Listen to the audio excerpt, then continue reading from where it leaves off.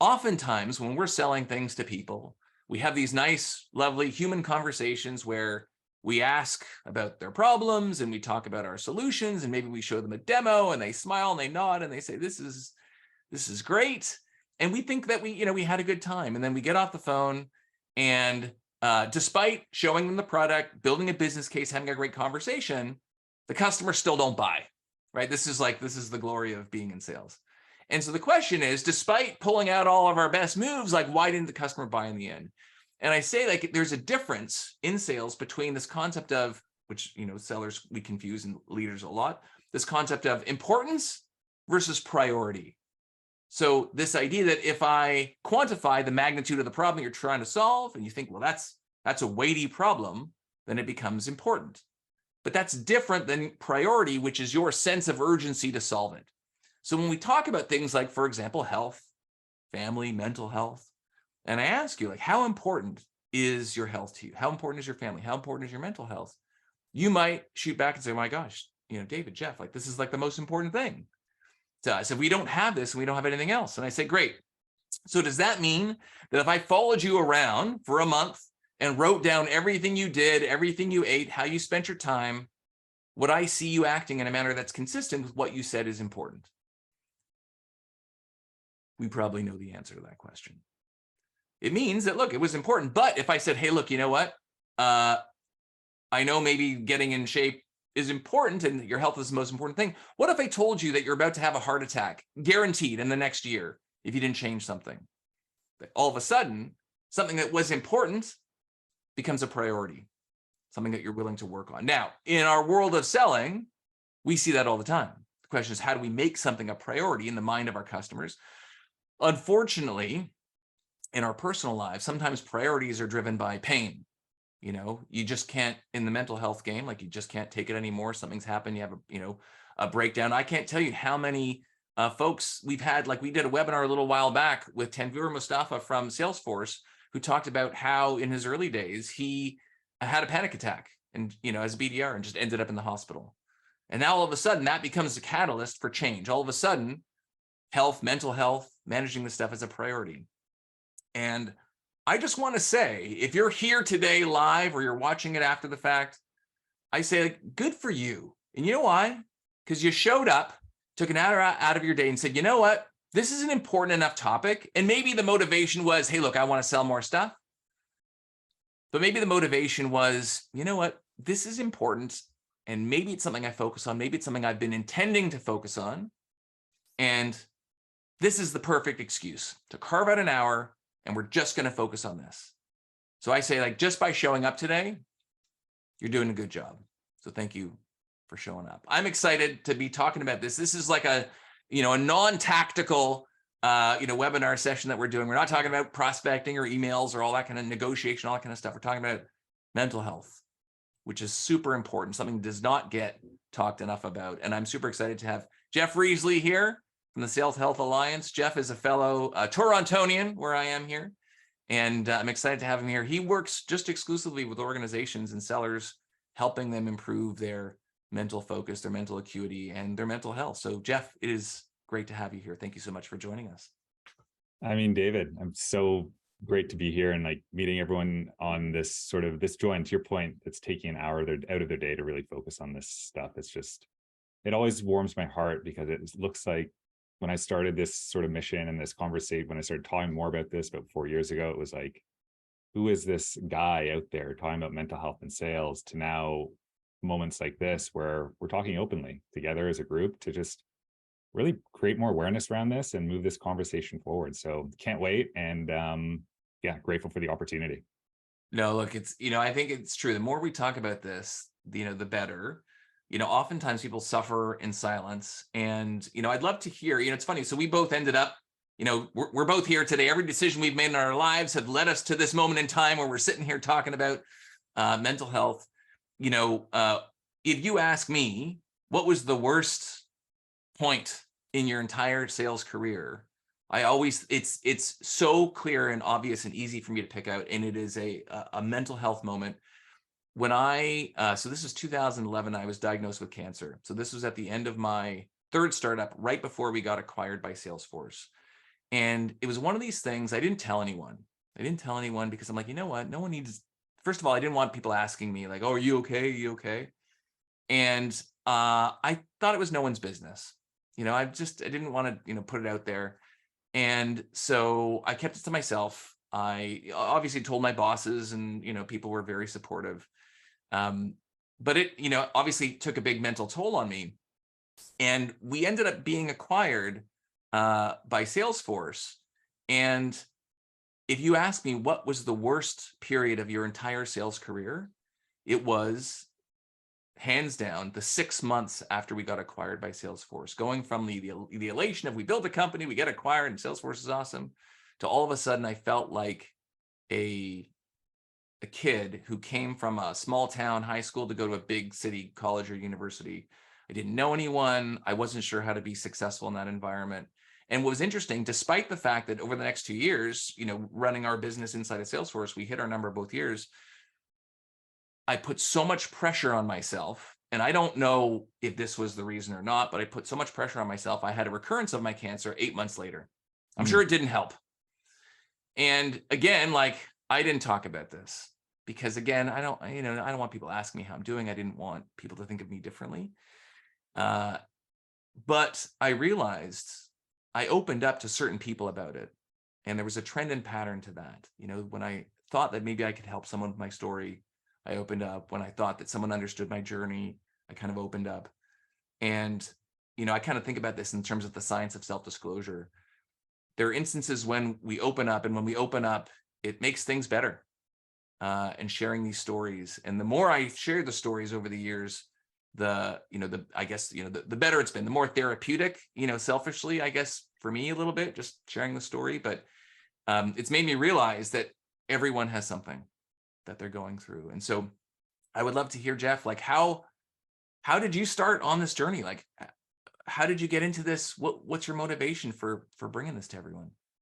Yeah. I mean, sort of a very similar journey. I think just one thing before I get into it, which really sort of resonated with me, was it really reminded your story and sort of your experience with this concept of vulnerability really made me think of something that an example that Brené Brown talks about, which I thought I read it and I was like, oh my gosh, this is just so clear on how to reframe vulnerability. And she was saying how she was in front of a stage of former U.S. veterans, Army, probably the toughest people in life that you could ever encounter.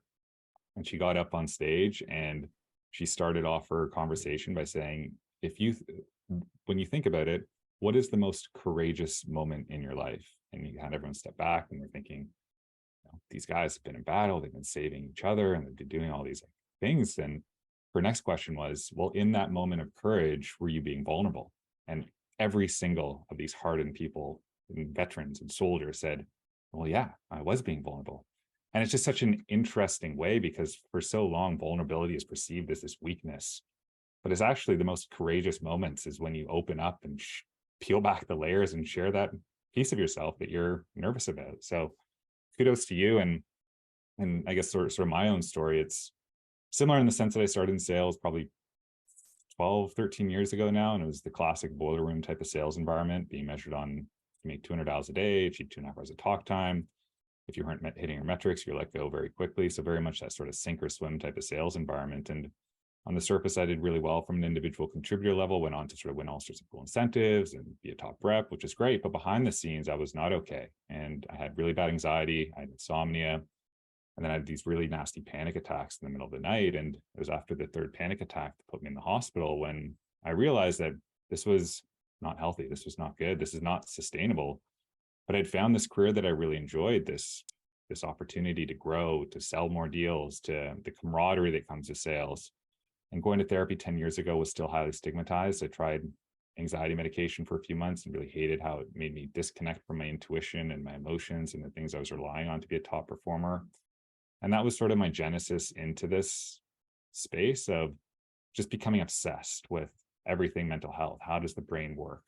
What are the levers that each individual has to manage stress in a high pressure environment? And I didn't really share this with anyone. I just sort of started implementing it for myself going forward. And then fast forward to July of 2018, I just launched my first sales consulting website. And I was like, here we go, entrepreneur life, super excited to be here. And 4 days after that, I was diagnosed with testicular cancer. So life threw this crazy curveball that I wasn't ready for, but it was sort of through that experience when I realized the same strategies I was using to take care of my mental health and sales, and naturally executed on during this next stressful period of my life. And as I started to think about what's next for me, I realized that, look, anxiety and stress and sales, it's not optional. It's really part of everyday life. And when teams become anxious, depressed, and burnt out, their performance really starts to suffer. So how do we really change this conversation to start perceiving ourselves as these corporate athletes that need to show up and perform every single day, and look for ways to buffer stress and optimize that mental performance? So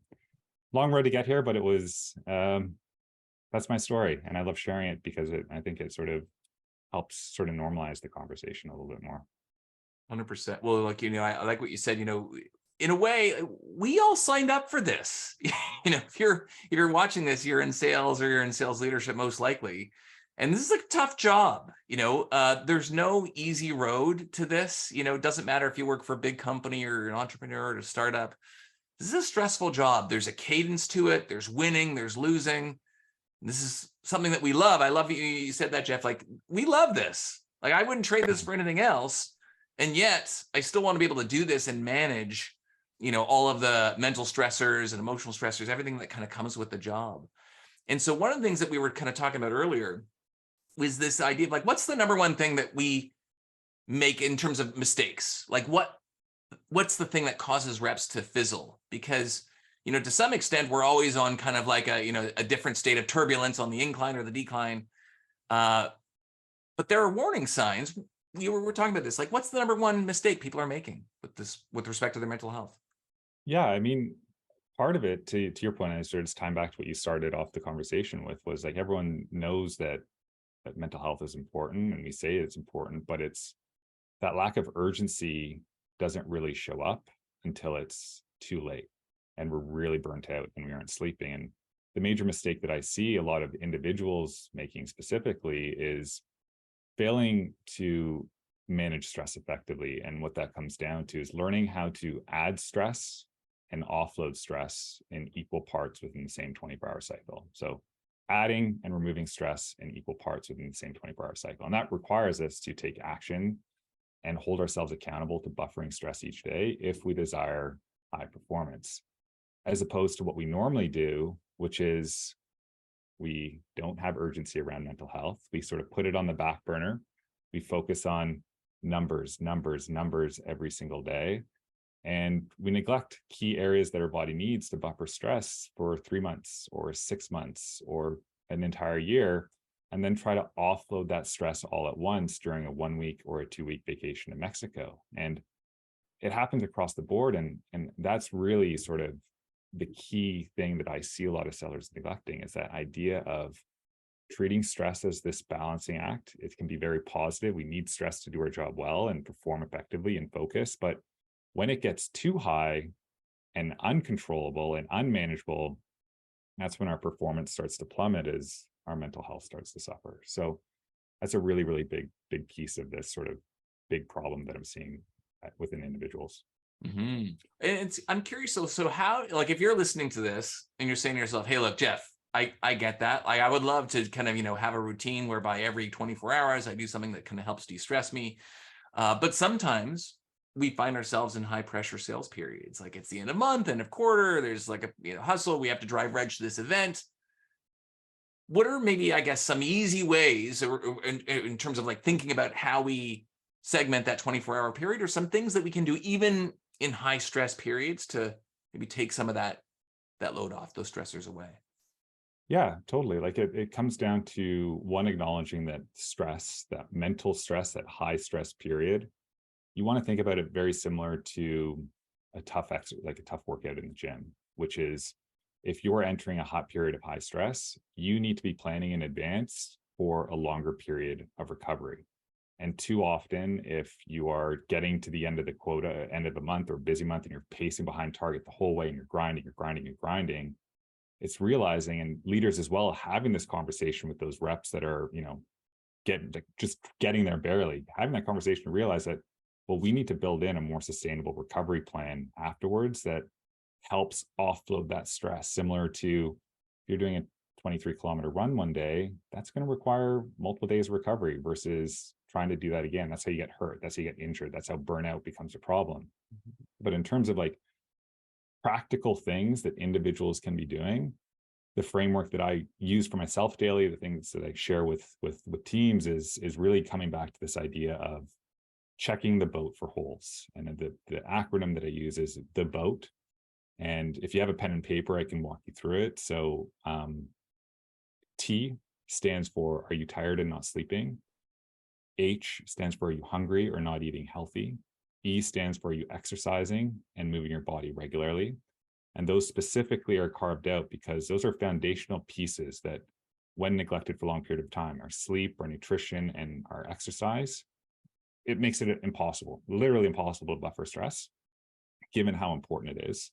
And then below that, we have B, are you breathing optimally? So breath work is something that has really been a huge part of my life. If you think about it, your breath is with you from the moment you're born to the moment you die. And 25% of every single breath that you're taking right now is being used to nourish your brain. Unfortunately, up to 80% of us can suffer from something called email apnea, where we become so distracted by our work each day that we unconsciously stop breathing. That again is creating a stress response as CO2 builds up. So breath work and learning how to reset your breathing throughout the day is absolutely critical to finding that steady state. We continue with the acronym. We have O, outside and spending time in nature. Green space has been proven to be highly restorative, and you've likely felt this after spending a day at the beach or time hiking through the mountains or whatever you sort of do to get outside. A, are you associating with the right people in your life? Are you spending time with people that give you energy and lift you up? Or have you been spending a lot of time with people that take energy away and bring you down? But almost as bad, and something we all experienced during the pandemic, maybe you haven't been associating with anyone recently because you've been so focused on work and you're feeling lonely. And then T, are you thinking optimally? Have you cultivated a mindset and strengthening the 6 inches between your ears? And are you doing things, maybe for you, maybe it's talking to a therapist or a coach to help unlock those limiting beliefs that are holding you back, or traumatic experiences that are still existing? Are you doing things like practicing gratitude or meditating to help you build awareness around your thoughts and your actions, to help you shift yourself towards a more optimal state? So this is a simple framework that I use on a regular basis, is just checking the boat for holes on a daily basis is absolutely critical to find those key areas to help us show up our best selves and offload stress on a regular basis. I love it. And yeah, so Paul, he did say email apnea. Kim wants to know, what was the H again? And maybe go through like the the words. Yeah. So tired, health, eating, breathing, outside, association, and what was the T? So, yeah. So tired. T is tired, not sleeping. H, hungry or not eating healthy. So that's an important one, because hunger, if you ever skipped lunch and you were experiencing sort of that anxious feeling in the afternoon, that is a hunger response of being hangry. And then the other piece is eating unhealthy. So if you're filling your body with a lot of toxins or processed foods or alcohol, that's going to add inflammation to your body, another form of physical stress. E is exercising and moving your body on a daily basis. B, are you breathing optimally? Are you breathing effectively? O, spending time outside on a regular basis. A, associating with the right people in your life, so friends and family. And T, are you thinking optimally? And that really encompasses different things like mindset and different actions you can be doing to really strengthen key parts of your brain. And the way I work with clients and sort of what I work with individuals is like, within all of these different areas, there are nuances to how do you use it effectively in sales. There are things that you can be doing and not doing on a regular basis, when you should be doing certain activities. And it's how you sort of design that system that works for you and works for your team, that helps them show up their best selves each day by buffering stress.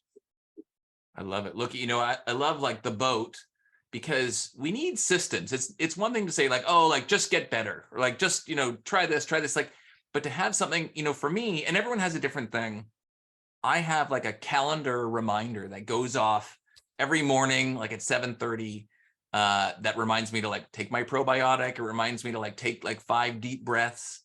And then sometimes I kind of use one of these like atomic habits kind of things where it's like, if you want to engage in a certain behavior, you A, have to remind yourself that you want to do it, and then B, just kind of like set it up the way, James Clear says, look, if you want to go for like a run or you want to exercise, lay out your exercise clothes the night before. And then just when you wake up, like get into them. Once you're in your exercise clothes and you got your shoes on, it's very unlikely that you're going to take them off and then not do the thing, right? Yeah. So like setting yourself up to take the action is really important. But we can very easily fall back. Like, for example, for me, one of the things I'm trying to do, like everyone else, trying to cut back on the amount of like social media, right, that we consume, Instagrams and whatnot. And I find, like if I'm walking from my office to like the kitchen, I take my phone and I'm like flipping through like Instagram or something like that on the way. Like, am I so bored that I can't be with myself for 10 seconds, when I take that walk? And so what I tried to do is like just leave my phone somewhere else where I can't get it. I feel like I'm also one of the last persons in the world. I got like an Apple Watch like a year and a half ago, and I got the one with like the cell phone built in, so I can leave my house and not take my phone, but I can still, if someone needs to text me or call me, they could, but there's no temptation to scroll, right? Yeah. So sometimes it's just like doing things that just set you up automatically to take the action that you want to remind you. I don't know if you ever do anything like that, Jeff. Any advice on that? Yeah, like totally agree. And I think sort of one of the biggest tests I have for people is like, everyone on this sort of video or on this webinar today, like if you look at your to-do list right now, how many of those items on your to-do list focus on the boat or focus on restoring your body or focus on your health? When I ask that to sellers, when I ask that to sales leaders, almost every single person, their to-do list is purely focused on work. And it's focused on task. Here's all the things, or living in HubSpot or Salesforce, here's all the stuff they need to do. And to your point, that urgency, because we've dedicated our plan on doing those things, we naturally are going to neglect areas of our life and neglect checking the boat for holes on a regular basis. So something that's been really effective for me is actually planning this stuff into your day. It sounds really simple, but even just when you're making your to-do list, here are the things that go into it. But also reframing this, as I've been an entrepreneur for this last 5.5 years, been able to build a successful business, which has been great during sort of one of the most difficult sort of pandemics and stressors that we've all faced together. And for me, part of like getting through that was understanding that doing these things, taking care of my mental health, prioritizing sleep and exercise, like those things aren't separate from work. It's like part of work. I can't perform my best if I don't do these things. And when I started to think about it in that way, it became more that, no, it's not one or the other. It's, well, they have to both need to exist in order to effectively perform over the long term, which again, a lot of sales teams and leaders, and they tend to forget about this stuff. And I'd say like, so I love not just, remember and do it, but respect. So, I see here, Alex, Alex, I love this, I love being bored on purpose and just being with myself. Super important. Charlotte blocks lunch every day just to have that mental time, which is important. But I'll tell you, like, one of the biggest challenges when we block our schedule, it's easy to block your schedule. It's another thing to respect the block. And not only for you to respect the block, Christina agrees with me, but also to have other people respect the block. So for example, if you say, I'm going to block lunch every day and, that's in my calendar, someone, let's say, for example, at your company, looking at your calendar and saying, hey, what, I need Lacey for a meeting. I'm going to look and I'm going to see, oh, she's blocked every day at noon. That must be some kind of like frivolous lunch block that isn't really important. I'm just going to like send her a meeting invite for then, right? And so part of it is to A, respect the block. B, here's another little fun hack. And this was, just in a walk that I was taking with my friend who's an executive over at Shopify. And we were just kind of going for a walk in the neighborhood. And he was telling me a story about how at the beginning of the pandemic, when, everyone's working from home, it's like I had to change my schedule around and walk my kids to school.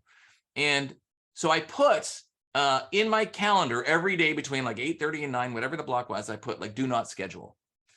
And other people at the company saw that, and guess what? Like that was the first thing they scheduled over. It's like, oh, he's got the thing blocked every day. I'm going to schedule over that. So what did he do? He didn't even realize the genius of what he did. He changed the calendar invite from do not schedule to dad duties. Mm. And no one scheduled over it. So I say this for both you, if you are scheduling something for your own mental health, it's good to kind of put something in the calendar that almost is in all caps. It's like screaming out at you, like mental health time, right? But also, if it's visible, something that's visible to other people at your company, it's more likely that they're going to respect that because you respect it and it's very clear what that time is for. So little hack there, I guess. For another sort of addition to that hack that you made me think of is setting rules for yourself. It's like a really important thing that sort of has come up in sort of the research. I think it was by the authors of Big Feelings that talk about it, and how people are more likely to respect rules that you have versus just telling them you're not doing something. So for me, like, again, I don't really drink that much. Like a couple of my friends are still sort of like partying a bunch, and I'm like, it's just not for me anymore. And it's one of those things where you kind of getting over that sort of awkward conversation of, well, why aren't you drinking? And it's like, well, I just don't feel like it. But as soon as I changed it to having a rule of, well, I have a rule that I don't drink when I have something important to do the next day, it's like, oh, what do you have to, like, it changed the conversation to like, why aren't you drinking, to, oh, well, what are you working on tomorrow? And I can talk about the business and the things that I care about. And this can apply to really enforcing strong boundaries with the things that you care about. So if you have, people scheduling you over lunch, to your point, reframing it is really great, and sort of having like something that would resonate and make it more human, more personal, but also saying, well, I have a rule that I don't take calls during lunch. That's going to be more effective than just saying no meetings. And people are more likely to respect rules than just telling them this time isn't available. Well, that's actually a really good negotiation tactic as well. You basically take the authority to make that decision off of you and put it onto like a policy, a procedure, an approval matrix. And it's very, very similar. In fact, I was reading like Tim Ferriss did a very similar thing for a year, when you can imagine. So Tim Ferriss, he gets asked all the time, like, oh, hey, Tim, can you I just wrote this book. Can you read it? Like, you can let me know what you think. And he's like, look, I'm not a jerk, but like, I just can't read everyone's book. So he's like, while I was, spending a year or two, like on a very focused project, I said, here's my rule. I'm not reading anyone's book. Doesn't matter who it is. So when someone asks me to read their book, I'm like, hey, look, I'd love to help, but like I made a rule this year where like, I'm not reading anyone's books. It's nothing personal, has nothing to do with you. That's my rule. So It's good to have those rules. Yeah. So again, if there's boundaries that you really want to kind of like enforce with others, it's like, create a rule around it, because it's also going to hold yourself accountable to it and sort of feel less of that peer pressure, that awkwardness. So great stuff.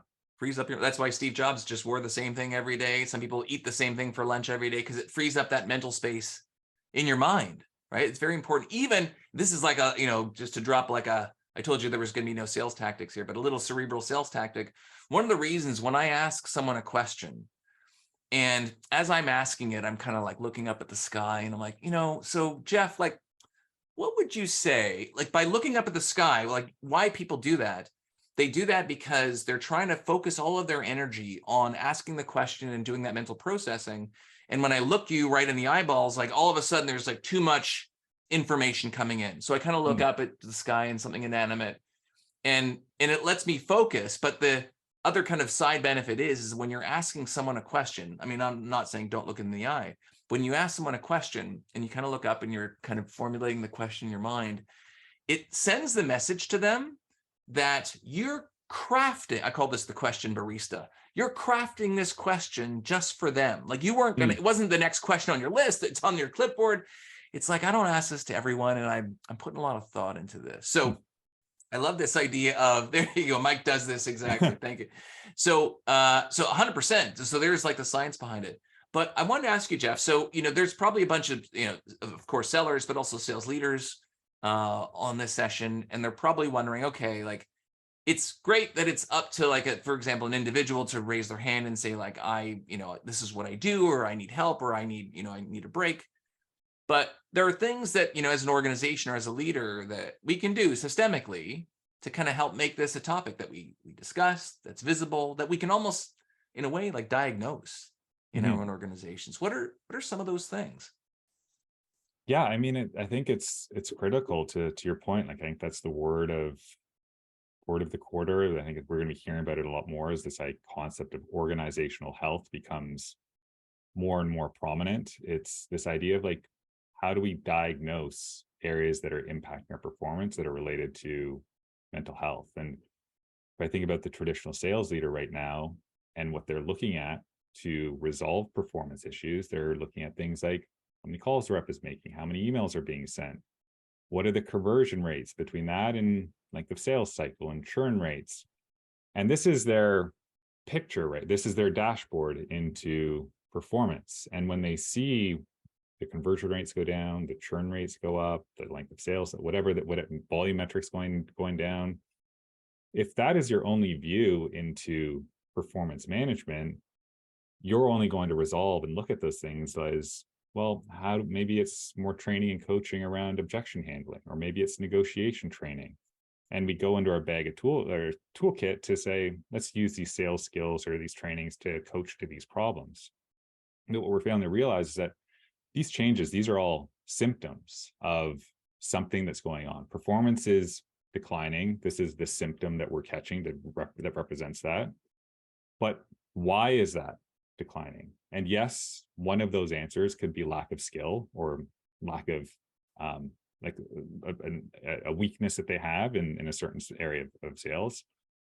But there are a multitude of other reasons, whether that's stress, whether that's burnout, whether that's lack of sleep, going back to the boat, maybe they've spent all week inside and that's impacting it.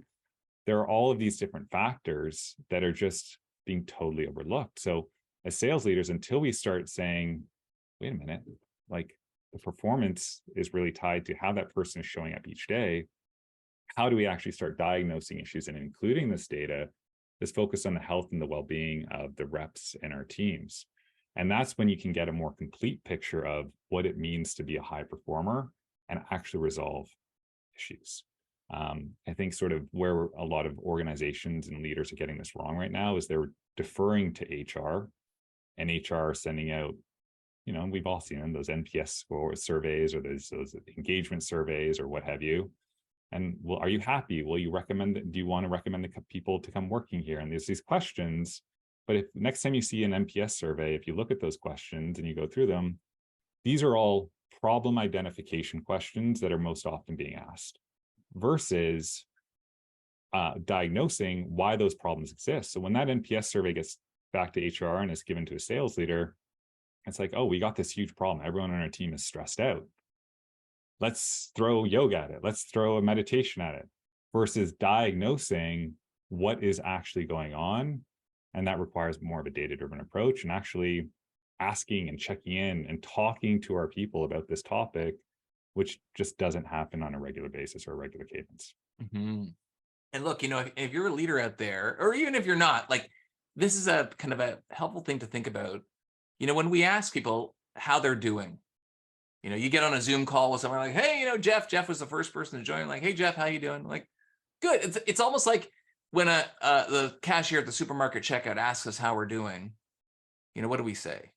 Like, oh, I'm good. And we say that almost because we know that person doesn't really care. They're just being, they're just being polite.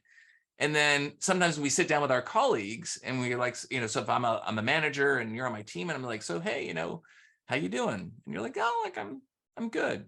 Like, that's the temptation, is to like, I don't want to burden you with all the shit that I got going on. So I'm just going to say like, I'm good.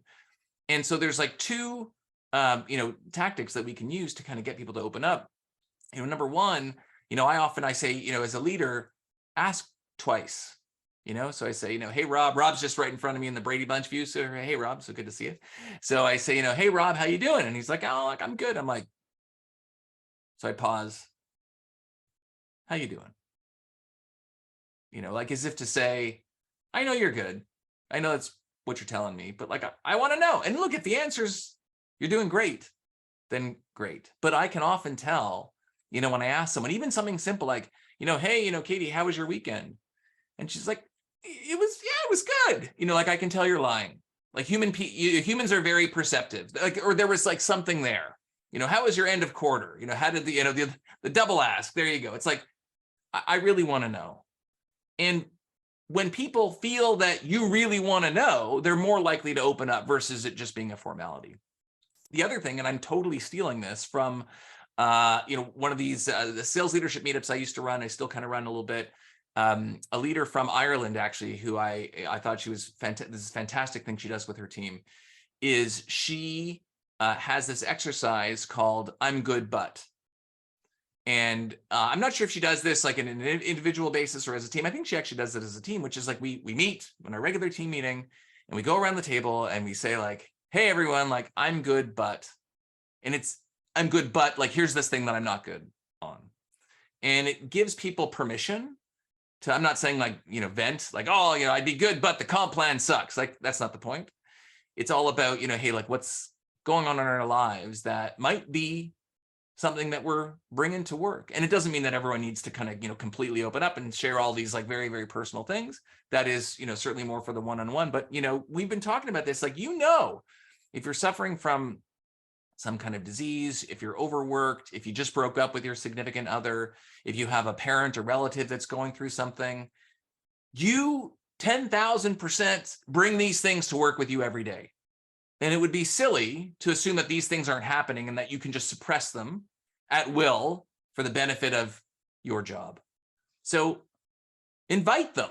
It's almost like you're inviting objections with a customer. Like if a customer is concerned about the price or it's not going to work here, my boss is going to say no. I don't want them to keep that secret. That doesn't help anyone. I want them to open up. And to get them to open up, I have to make it okay for them to open up. Right. And so that's why that relationship is really important. Yeah, totally agree. And just to build on top of that, I think a lot of the mistake leaders also make is it's sort of like it's trying to force people to open up at the same time. It's like, it's really, really challenging. And it really comes down to like, have you put in the work leading up to that moment where you're doing things like the double ask or the good but to make it feel safe for them? And it really comes down to this idea of there's a vulnerability paradox that exists like big time within sales. And the vulnerability paradox can be seen with one simple question is, if I'm looking at everyone on the screen here today and I ask, how likely are you to be vulnerable with someone who's judging your performance every single day? And the answer is, I'm not. Like, I'm just not going to be vulnerable to it, because it's this weird dynamic of like judge versus this. I don't know if it feels safe. So the way we get around this really comes down to leaders spending the time being open and vulnerable and leading themselves by saying, starting off meetings, if you had a bad sleep, say, hey, I was up all night last night with my newborn. Like if I'm off today, or if I'm slow to respond to your Slack messages, just know it's not you. I'm just really tired. Or starting off a training to say, hey, I have not eaten lunch today. So if I'm short with you or sharp in this, not as sharp in this meeting, that's why. And the more you do this at a micro level in all of these interactions throughout the day, the more you're showing and displaying and leading by example that it's okay to be vulnerable with you, which is really, really important. And why sharing stories like yours, David, and mine, and these really difficult experiences we've been through really help creating that safe space. And then the second thing I'll say is the thing that we don't necessarily acknowledge as a society is when someone asks us how we're feeling and we're really stressed, and we're really overwhelmed, it's very, very difficult to communicate using language. That part of our brain is responsible for language and labeling our emotions, that it's going offline. And that's why we do, and we can kind of only resort to words like, oh, I'm fine, or I'm good, because that's all we can really muster. And to get around this, it's one, we need to learn how to practice emotional literacy with ourselves. So when we say the word anxious is usually, or stressed, those are catch-all terms. What are the underlying emotions below that? Are we feeling jealous? Maybe we're feeling envious. Maybe we're feeling lonely today. What are those? What's that cocktail of emotions that's creating these really uncomfortable emotions at the top that we need to address individually? And to help with that, something you can just pull off saleshealthalliance.com is just search traffic light. And it's using colors, and it's usually using visuals. So it's just a red, yellow, green. And how are you feeling today? And providing a visual aid to say red, yellow, green, and really using that. Do you feel like you're drowning? Do you feel like you're treading water? Or are you in a position where you feel like you're thriving? And then that gives us a base point to work off of. And then from there, we can move into okay, well, if you're feeling red today, what's one action that you can take to move yourself closer to a yellow? And as a leader, what's one action that I can take to help you move closer to a yellow? We might not get here by the end of the day, but at least we're having a dialogue around that. One of the most pivotal things that I learned in my whole mental health journey and my experience, and something that Rich Roll talks about a lot, is this idea of your mood follows your behavior. And we can't shift our mood by sitting still. We can't shift ourselves into a new way of thinking by just trying to think. It requires us to take an action. And that's a really empowering thing for everyone on this call to take away. Is it doesn't matter how you're feeling right now. If you're anxious, if you're stressed, if you feel your palms are sweaty, you get an opportunity today to shift yourself towards a more relaxed and more calm state with the actions that you're taking. And that's where leaders can really be supportive, is having conversations around those actions to help that person find the action, but also support them in moving those actions where they're performing better. I love it. And that's it's almost like a counterintuitive thing. And I'm trying to think when this was, there was what you're talking about, I think it's called self-perception theory. This idea that, let's say you're sad. If you're sad, you're like moping around the house. If you're in love, then all the songs on the radio are about you. So the idea is like your feelings can influence your actions. Mm-hmm. But then later on, they realize that like, no, your actions can also influence your feelings. So if you're feeling sad, if you go for a walk, even something simple like they say, the muscles that you use in your face to activate a smile, even if you're sad, if you smile, it kind of puts yourself in kind of like a momentarily, slightly better mood. You can try it, but it's the mind is very powerful, is, a huge take home message. People, you can manifest all sorts of pains and issues. I remember when I was going through my diagnosis and I was having MRIs and CT scans, and they're like, oh, we think we see something in this part of your body. And all of a sudden, oh my gosh, that part of my body started to hurt for like the next 2 weeks. I'm like, oh my gosh, they're right. And then they come back and like, oh, it was nothing. I'm like, oh yeah, I feel better now. So your mind is very powerful and can manifest all sorts of things. So Paul was saying here, you ask your 10-year-old daughter every day, on a scale of 1 to 10, how was it? Which I think is good. Oftentimes, and there's a whole lot of content that I talk about in terms of these 1 to 10 questions, because they're very, very powerful when you're doing discovery with customers as well, because the number one type of question that people love answering are the questions where they're asked to give their own opinions on things. And 1 to 10 questions are by default that. But what happens sometimes is that when someone asks you a 1 to 10 question, your answer is like 6, 7, 8, like whatever it is. Like I had a 7, right? And so sometimes that's hard to gauge. So I'd say this is again a discovery tactic that I teach, but you can use it for your own kind of personal mental health, which is, let's say I ask you how your day was, Jeff, and you say, oh, it was a 7. You can say, well, let me ask you this: if it wasn't a 7, would it be like an 8, or would it be a 6? Like I said you couldn't pick 7, like, is it trending up or is it trending down? I'm just trying to get some insight there. But the other thing, I wanted to mention, sometimes you just need, and this is, I think, I'm sure you'd agree, Jeff, like not unique to sales, but pretty dialed into sales, is that there are very few jobs where there is such a transparent success metric. You hit your number, you didn't hit your number. Like, in product management, is there like a transparent, and even in marketing, like, is there a transparent success? Not as transparent in sales as even as a frontline seller. And so what happens is, as we look at that dashboard, it becomes very tempting to judge our self-worth based on where we are. And your ego is so tied up in your quota. This is what happened to me, and I think about my the worst part of my sales career, honestly, like when we got acquired by Salesforce, on day 1, they gave us these hoodies that were like custom made for us. They had like our logo on them. They had like the Salesforce logo, the acquired company logo, like they were unique. And there was like kind of like a welcome to Salesforce. And in all fairness, Salesforce was awesome in terms of like, the acquisition, and that was all good. But I had such an emotional reaction to that time in my life. That hoodie hangs in my closet, and whenever I see it, I get unwell. Like I can't look at it. Like I have such a negative association with that time. And why? It had nothing, like, sure, we made our number, but I put so much pressure on myself, because again, when you go through an acquisition, now all of a sudden you identify as like, oh, I'm a successful person and I'm a good seller. And like, they acquired our company and all these good things.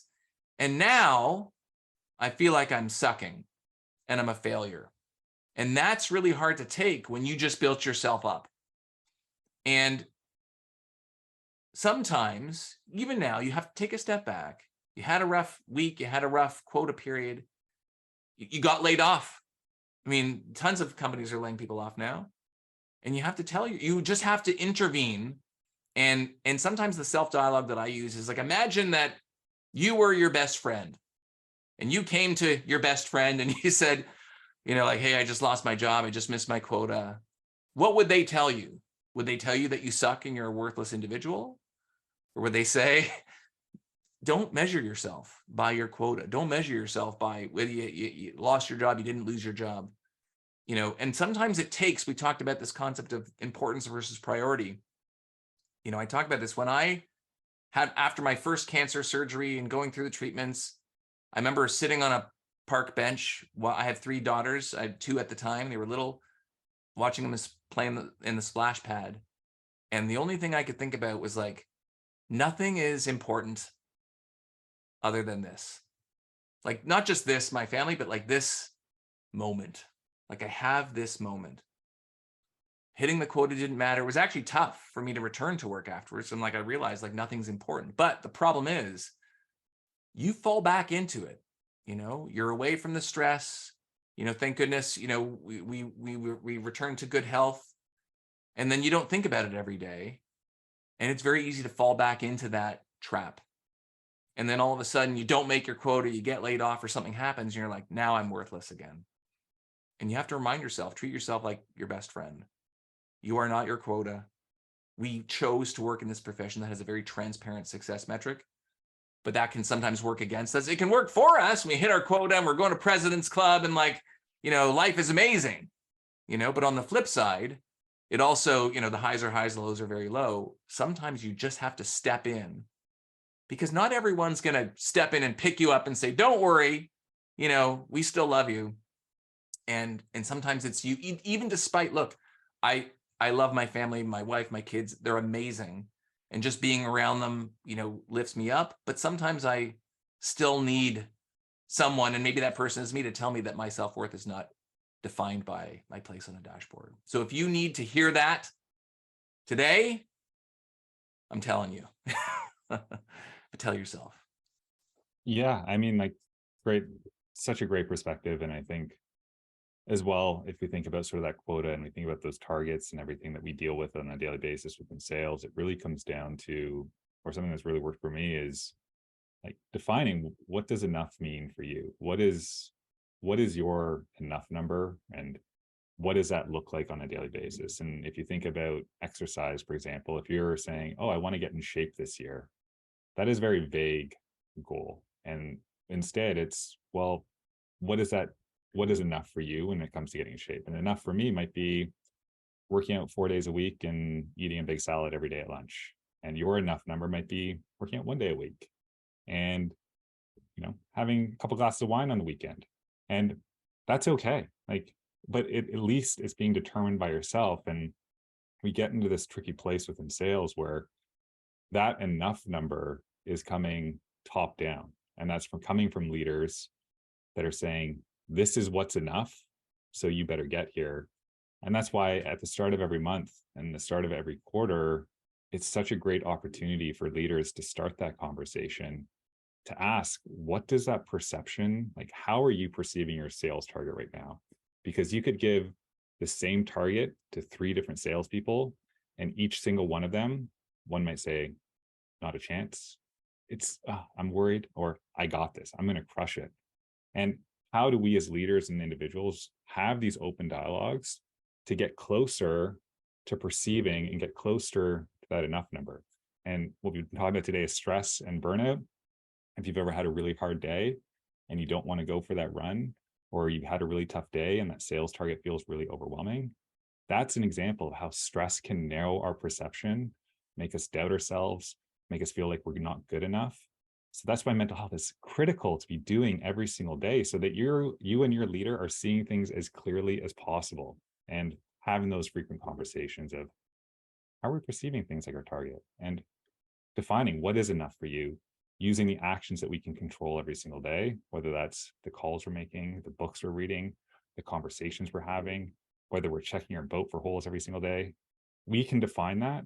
And it's really important to focus on those inputs instead of the outcomes and the outputs.